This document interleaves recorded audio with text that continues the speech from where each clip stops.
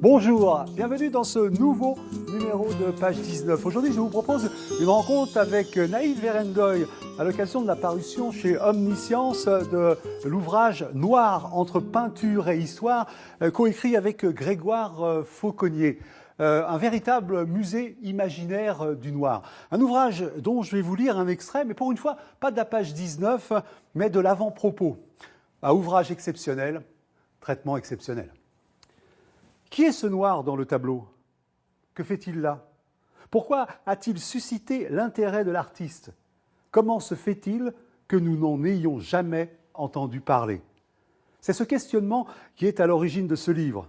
Tous ces personnages noirs rencontrés lors de nos visites de musées mettraient à mal notre vision d'une Europe où leur présence était insignifiante jusqu'au XXe siècle. S'il n'est pas toujours évident d'appréhender leur rôle dans la peinture, leur représentation reflète bien souvent la prégnance des préjugés, de couleurs, voire de clichés ouvertement négrophobes. Naïl, bonjour. Bonjour. Alors, cet ouvrage, dont j'ai dit qu'il était exceptionnel et qu'il méritait un traitement exceptionnel, c'est vraiment le cas. Il est de ces ouvrages dont on se demande, mais comment se fait-il que ça n'ait pas existé avant ? Comment ça se fait-il? Je pense que c'est un renouveau historiographique, c'est-à-dire qu'il y a de nouveaux historiens qui arrivent avec de nouvelles thématiques, avec un nouveau regard, et on croise l'art, l'histoire et notre culture aussi contemporaine, qui fait arriver à un certain ouvrage. Alors, professeur d'histoire, d'origine sénégalaise aussi, il y a des éléments comme ça qui... Exactement aussi. Voilà. Et alors, Grégoire Fauconnier, on parlait, mais il n'est pas là. Alors, lui, c'est un professeur de géographie. Exactement. Alors, spécialisé en géographie, mais aussi professeur d'histoire. Alors, puisque c'est un traitement exceptionnel, nous allons voir un certain nombre d'ouvrages représentés de tableaux représentés dans votre ouvrage. On commence par quelque chose de quasiment classique, qui sont ces études de Rubens, ces études de Noir. Alors, qu'est-ce qu'on peut en dire de ces études? On arrive sur la fin du XVIe siècle. En fait, sur la fin du XVIe siècle, on décide d'arrêter d'avoir un noir standardisé, invisible, toujours le même visage, comme pouvait le faire Véronèse en Italie.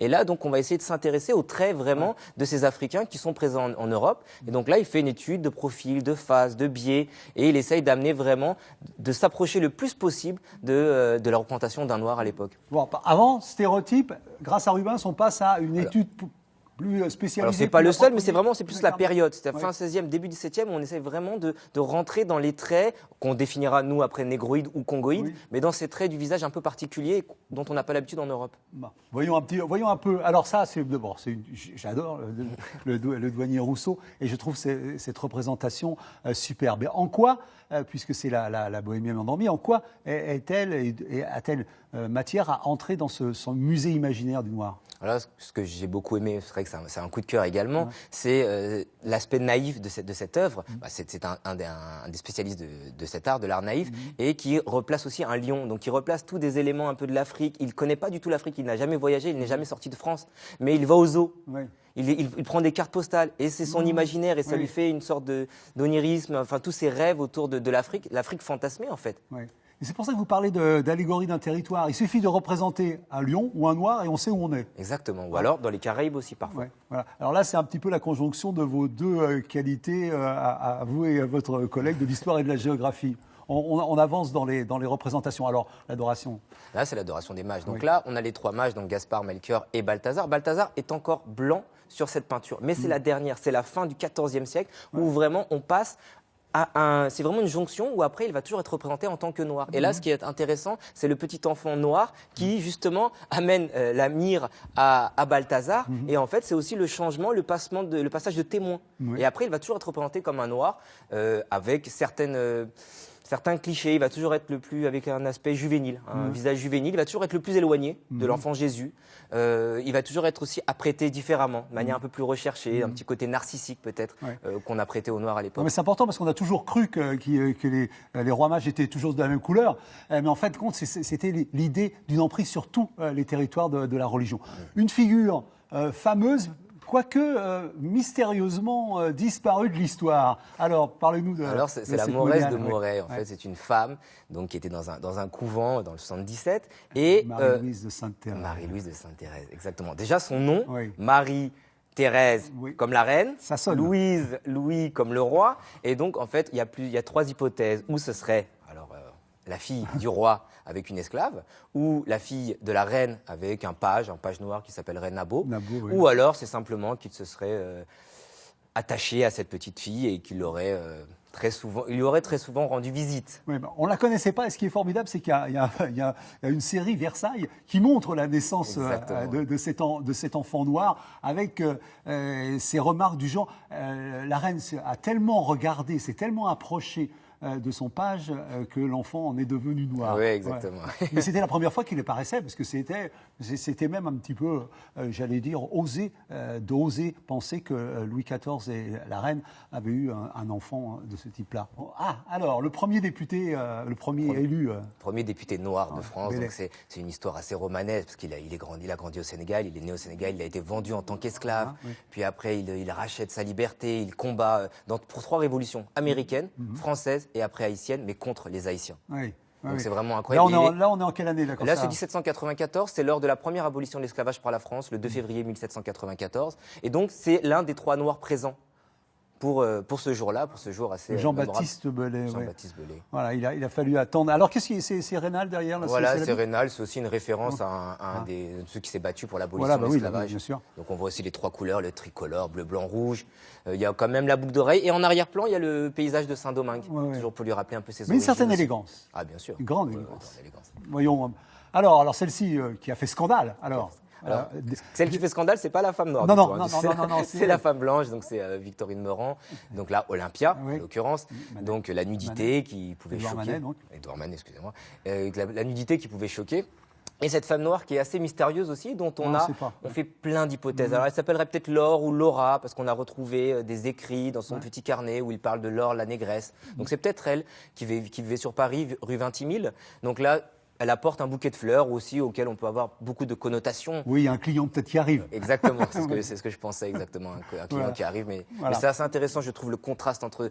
c'est une antithèse pour moi, cette femme blanche toute dévêtue et cette femme noire complètement habillée, justement, jusqu'au col, jusqu'au cou. Bien sûr. Alors il y a le chat dont on ne parlera pas, qui a la queue en l'air et qui est ébouriffé, et qui est bien sûr une évocation du lieu où on est, certainement un bordel. Et en fait, le chien... C'est la fidélité. Et là, on est dans un chat, donc il joue aussi de tous ces... Voilà, exactement, il joue de tous ces symboles. Avançons dans ce musée. Moi, j'ai l'impression d'entendre craquer le parquet. Là, on avance dans un musée. Alors, voilà, aussi un cas intéressant. Alors voilà, là, c'est Othello. En fait, c'est Ira Aldridge qui joue pour la pièce d'Othello, donc le fameux Shakespeare, qui est produit pour la première fois en 1604 en Angleterre. Et pendant 200 ans, jusqu'au début des années 1800, il est joué par des Blancs qui sont grimés ou qui mettent un masque noir. Et là, en fait, on a un acteur américain qui vient vivre en Angleterre et qui va jouer pour la première fois le rôle d'Othello, enfin joué par un noir. Alors, on ne dit pas noir, mais c'est le mort de Venise, c'est-à-dire qu'en fait, on était plutôt normalement dans l'Afrique du Nord, les morts en l'occurrence, et qu'il y a une assimilation du mort au noir grâce à Othello. D'ailleurs, on dirait que Shakespeare s'est inspiré de l'ambassadeur du Maroc en Angleterre, mais quand j'ai quand même relu entièrement l'œuvre, et c'est vrai qu'il le dit lui-même, Othello, dans la personne, je suis noir. Je suis noir, et les autres lui disent, mais tu es noir de suie, une couleur qui est faite pour effrayer plus que pour plaire. Enfin, c'est assez... En fait, il est noir, c'est-à-dire qu'il est la figure sombre, celle qui l'a tué. Avançons dans ce musée. Alors, le corps.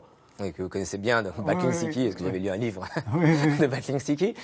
Donc ça, c'est le boxeur sénégalais, le premier champion du monde africain de boxe, qui bat Carpentier en 1922, à Paris d'ailleurs, et qui s'appelle Siki, parce qu'en Wolof, Sigi, ça veut dire relève la tête, bats-toi. Et donc à chaque fois, on lui lançait comme ça, Sigi, bats-toi, relève la tête. Et il met KO Georges Carpentier. Ce qui était une idole française, bien évidemment. Et le peintre, alors qui est... C'est Isaac Israël, c'est un peintre flamand, un peintre hollandais. Voilà, ce qui est très étonnant, enfin pas très étonnant, parce qu'ils ont le Suriname aussi, les Hollandais, comme colonie, donc ils ont un rapport avec les Noirs qui est assez direct, effectivement. Avançons dans ce joli musée. Alors, un personnage important. Haut en couleur, Thomas Dumas, donc le grand-père d'Alexandre Dumas, notre peintre français très connu pour les Trois Mousquetaires, le comte de Monte Cristo. Mais là, en fait, c'est un général français, un général de la Révolution française qui a combattu notamment pour l'Autriche, pour Napoléon après. Napoléon l'a même mis à la tête d'une de ses légions pour la campagne d'Égypte. Ils ont perdu. Il était à la tête de la cavalerie, avant Murat. Exactement. Et dans la bataille d'Égypte, à Aboukir d'ailleurs, il était là, effectivement, et il s'est fâché. avec Bonaparte à l'époque, c'était encore Bonaparte, on devait être en 1799. Il est parti, et ce qui est formidable, il a été arrêté, enfin il a été pris par des pirates, et on pense que ce sont ces aventures qui ont inspiré Dumas par la suite. Oui, absolument. Alors, donc là, on est dans les années plus récentes, on était il y a 100 ans, donc dans le nord de la France. Où on a des tirailleurs sénégalais. Donc on sait que les tirailleurs sénégalais, c'est un groupe qui a été formé en 1857. Et là, ils sont représentés par un peintre qui était d'abord suisse, qui est naturalisé français et qui est attaché, qui est attaché à la France et qui veut absolument combattre. On lui dit qu'il est trop âgé et donc il décide d'y aller avec son côté artistique et d'aller représenter les soldats. Voilà. Alors là, ici, on entre dans quelque chose qui est presque d'ordre du scandale, c'est-à-dire le couple mixte. Le couple mixte. C'est très peu représenté en peinture. Ouais. Alors vous avez donné un titre, bien sûr, à cette partie-là, c'est Devine qui vient dîner, référence à la loi dans laquelle Sidney Poitier est celui qui va dîner. Exactement. Voilà. Et ce baiser qui me rappelle aussi Harry Belafonte et Petula Clark, qui se sont embrassés sur scène, et ça a été un très très grand scandale à l'époque. On a un peu progressé, j'espère, dans ce domaine-là, mais c'est un sujet, la mixité, qui n'est pas beaucoup traité. En surtout matière, au 19e siècle, c'est quelque chose d'assez étonnant. À 19 ans, alors, qu'est-ce que vous aviez comme goût on voit le PSG. Alors, quel est votre rapport au football, au PSG, à vos 19 ans, où vous en êtes à ce moment-là? Là, c'est 16 d'ailleurs, c'est 16 ans. Où j'en suis, je devais être un élève classique en seconde. Non, j'aimais bien le foot, j'étais pas spécialement attiré par l'art. Je pense que j'étais pas non plus éloigné, mais c'est pas quelque chose dont j'avais un attrait. L'histoire, par contre, l'histoire, j'ai toujours aimé les cours d'histoire et je pense que c'est ce qui a nourri un petit peu toute ma scolarité. Mais en même temps, quand vous suiviez ces cours d'histoire, est-ce que vous avez ce sentiment de manque de la Oui, présence je pense, d'Humain? oui, parce que j'allais souvent vers les magazines, les Jeunes Afrique, les choses comme ça, je me disais, mais il me manque quelque chose. Où est-ce qu'on est? Où est-ce que nous, les Noirs, nous sommes dans cette histoire? Parce que je suis allé au château de Versailles 2-3 fois, mais Jean-Baptiste Bellay, j'avais jamais entendu parler. Donc ça, c'est quelque chose qui m'a toujours manqué, je pense, cette construction. Alors, je vous rappelle ce livre qu'il faut absolument avoir dans sa bibliothèque, Noir, entre peinture et histoire. Ça n'a été qu'un bref aperçu encore des fils, des chefs-d'œuvre. Naïl Verendoy, Grégoire Fauconnier. Alors moi, je vais me permettre d'ajouter image sur image et de vous offrir chez HC Éditions Littoral de Guadeloupe entre nature et patrimoine. Et là, on est dans un autre patrimoine, mais tout aussi important à préserver et que vous connaissez peut-être mieux. Un ouvrage HC Éditions. Et je vais vous faire un deuxième cadeau. Si vous voulez bien me suivre jusqu'au piano.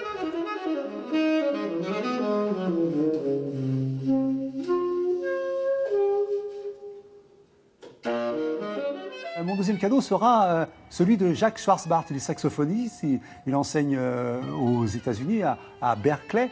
Et il a lu votre ouvrage et eu envie d'en faire une illustration sonore. Et il a composé pour vous ce morceau que je vous propose d'écouter et qu'il a appelé African Beauty. Et vous réagissez comme vous le souhaitez.